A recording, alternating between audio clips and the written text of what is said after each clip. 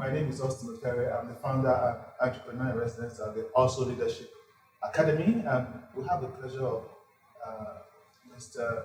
Frank Aigbogun, the publisher of and the founder of Business Day, come to inspire the class today. Good morning, Frank. It's a pleasure, sir. Welcome to the program. Thank you very much. You are very popular, Frank, but for the purpose of our audience, can you tell us a bit about yourself?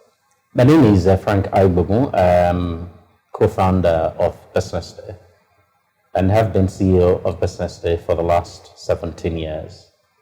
I like to say that I'm a journalist, even if increasingly I have to take up management roles as well. But there's nothing I enjoy doing more than writing a story. Even at this level, I still write stories. I did one yesterday, and I probably would do one or two today.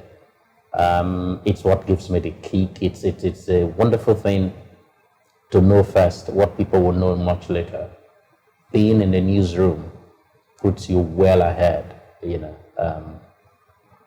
I have also other things that I do. I'm a director on the Nigerian Economic Summit Group, and I have some other, passions that I pursue as well.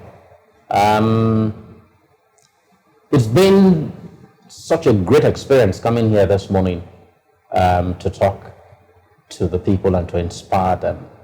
I have also heard some very interesting stories of what some of them are doing. And there's a lot that I can learn and take away, just listening to the fellows as well. Frank, your story wowed the delegates, and they said wow 3 times. But you've taken this business of journalism to a different level. In fact, you flipped the whole model to a point where nobody understands what you're doing. Please tell us what you're doing. Will they pay well for news when there's so much free news out there? Well, we started from the premise that journalism is threatened, and only paid for journalism will save journalism. Simply means, without journalism that people are willing to pay for, journalism is going to die. We took our first step to begin to practice journalism that people would be willing to pay for sometimes last year. We have started the second phase of that this year. And it's all about well-curated content. The things that people find free all around, they will continue to find it free. We must distinguish ourselves in the ability to put together and distribute seamlessly the kind of content that they will not find free elsewhere. I'll give you an example. 2 weeks ago, we had the highest single day of paid subscription at Business, in excess of 100 people taking subscription in 1 day. What did we do? We did a simple analysis of the voting pattern across Nigeria of the presidential election of 2015. We put it out free in the morning. Towards the end of the day, we put it behind the paywall. We have a telesales center in my office, manned by 10 people, 10 girls, calling people, taking calls from people. By the end of that day, people were calling and we were telling them to go behind the paywall and take a subscription. So we recorded our single largest subscription in 1 day. Now, that proved something. People will pay for good content. People will pay for good content. So we're starting, to prove that. And so that is now leading us into doing more of those things. I have just reviewed this morning a report of the voting pattern in the governorship of Lagos in 2015. And we should be putting that out sometimes next week, because after the country, the next important state is Lagos. We believe it's going to be a close election. So people want to see all the nuances. They want to see all the battlegrounds, the local governments, the key areas where the cosmopolitan nature of Lagos is beginning to toss the balance up and down. Frank, I have 2 questions that are interlinked. And so the first one is, in a situation where the rule of law is not fully mature, how easy is it to stick to integrity in journalism?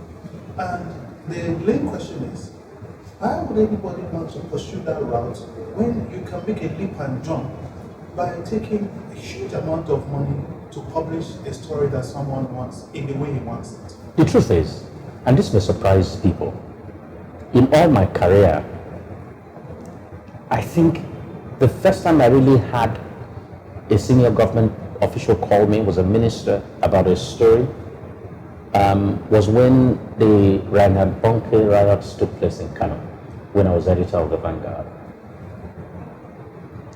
My experience today is the greatest pressure does not come from government.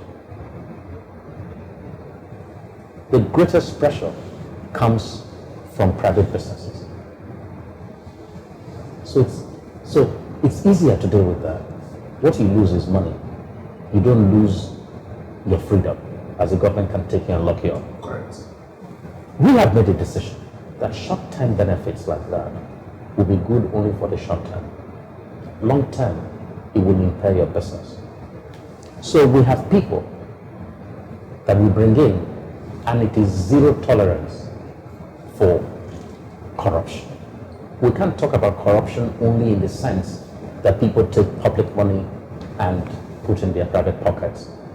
Corruption means doing the wrong thing for a selfish reason. It's simple. Whether it's journalism or anything else, it's the same thing. But we've also found, and thankfully, that our integrity today at business day is our greatest strength. And no one goes out to mess around his greatest strength. Otherwise, he's gone. Thank you. That's a very succinct answer. And let me ask you, a very busy person. I know you are the vice president of the Lagos Business School alumni.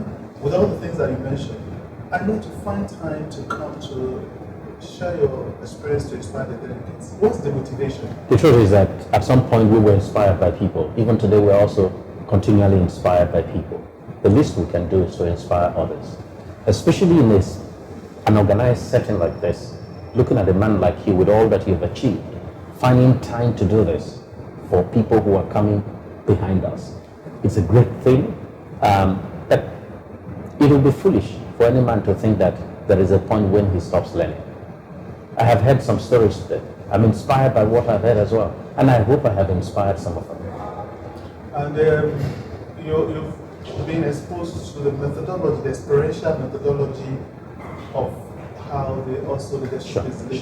Sure. Is this something you recommend and to who? Without a question. I mean, because of what I do, I tend to get people come to me, young ones, ask me questions, and I'm trying to get them to refine the business that they're doing or what they want to do. Clearly, what I've heard today is a message that I can, keep passing on everywhere I go when people talk to me about matters like this. So this is a great thing, and I do hope you will sustain it. You've been everywhere. You've been to, you were talking about some of the places you've been, and what about the ambience? A lot of people probably believe that there is no opportunity for such in Nigeria. This is a first-class facility, without any question. I came quite early. It gave me time to just go around and to just soak it in. I am so thoroughly impressed by what I have seen. I mean, the quality of what you're doing here is first class in my view, world class. Frank, the Ausso Leadership Academy thanks you immensely for the time and the inspirational share. My pleasure, sir. Thank you, sir.